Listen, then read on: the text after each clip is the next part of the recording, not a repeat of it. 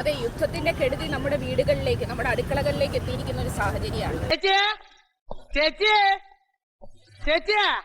സാധാരണക്കാരന്റെ ജീവിതം മുമ്പോട്ട് കൊണ്ടുപോകാൻ ദുസ്സഹമായി മാറിയിരിക്കുന്നു.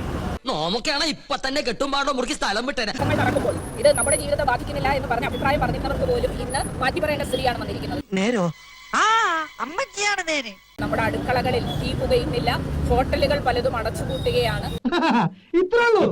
അങ്ങനെ മനുഷ്യന്റെ ജീവിതം വളരെ ദുസ്സഹമായി മാറും. പക്ഷേ നമ്മൾ വിട്ടുകൊടുക്കാൻ പാടില്ല. കേന്ദ്ര ഗവൺമെന്റ് ആണെങ്കിൽ വലിയ മോശമായ നിലയിലേക്കാണ് കാര്യങ്ങളെ കൊണ്ട് എത്തിക്കുന്നത്.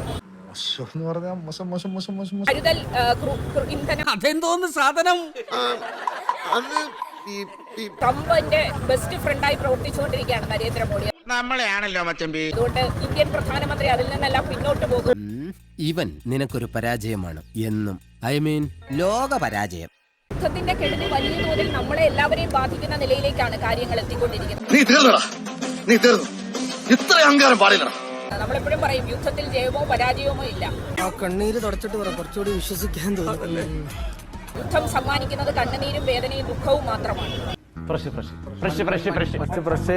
അതിന്റെ പ്രത്യാഘാതം എങ്ങും വ്യാപിക്കും. അതാണല്ലോ ഇപ്പൊ കേരളത്തിൽ നമ്മൾ അനുഭവിച്ചുകൊണ്ടിരിക്കുന്നത്. അതൊക്കെ ഇവിടെ പറയുന്നത് അതൊക്കെ എല്ലാവർക്കും അറിയുന്നതല്ലേ. അതോടൊപ്പം യുദ്ധത്തിനെതിരെ ശക്തമായ നിലപാട് ഇന്ത്യ ഉൾപ്പെടെയുള്ള രാജ്യങ്ങൾ സ്വീകരിക്കേണ്ട ഒരു സ്ഥിതിയാണ്. പറഞ്ഞതാണ് ശരി.